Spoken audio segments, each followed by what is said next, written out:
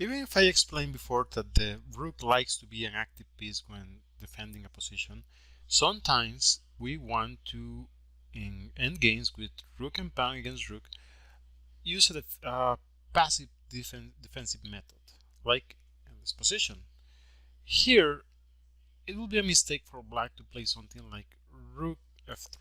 That looks like an active move. Still, this is a draw.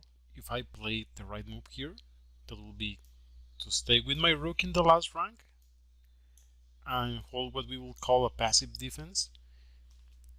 But if I try to do something more aggressive, more active, like let's say rook g3 to keep my rook behind the pawn, or well, here I just get checkmated, so that would be stupid. Sorry about that. But let's say, well, to go back with my rook so it has a bigger, wider range.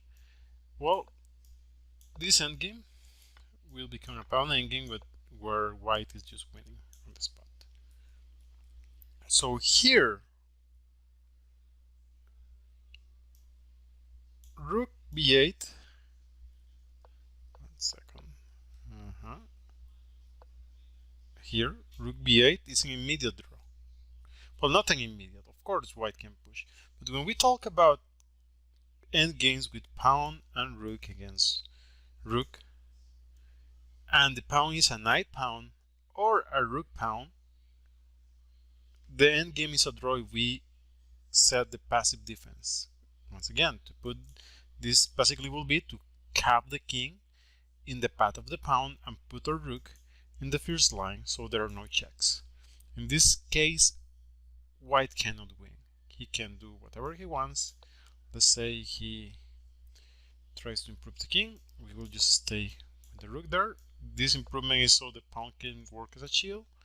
We'll go with the rook to the 7th rank, and black all is going to do is to stay with the rook in the first rank.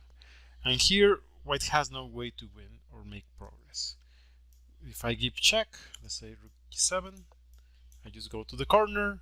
He can give me another check, but here I think it's easy to see that white has no means to improve the position. If I ever, in a situation like this, play pawn g7, I actually will end up losing the endgame. Now,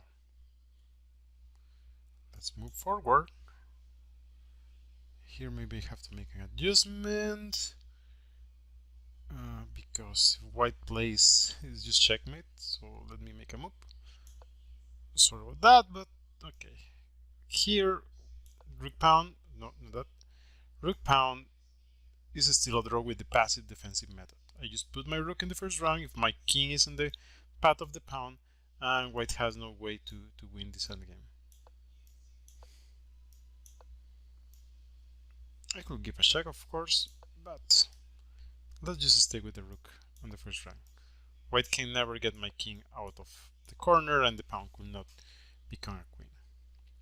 So this is the passive defense method. So basically, we talk about a position with a knight pawn or a rook pawn. We can draw if our king is in the path of the pawn by just putting our rook on the first rank. In this case here. Okay. So in the next video, I will talk about the situations where this mechanism to draw does not work. Okay. So I hope this helps you. This is a really simple but important idea in the rook endgames. So please learn it, remember it by heart. With rook pawn and knight pawn, we can draw the endgame really easily using the passive defense method. Okay, that's all for now. Thank you so much and see you next time, my friends.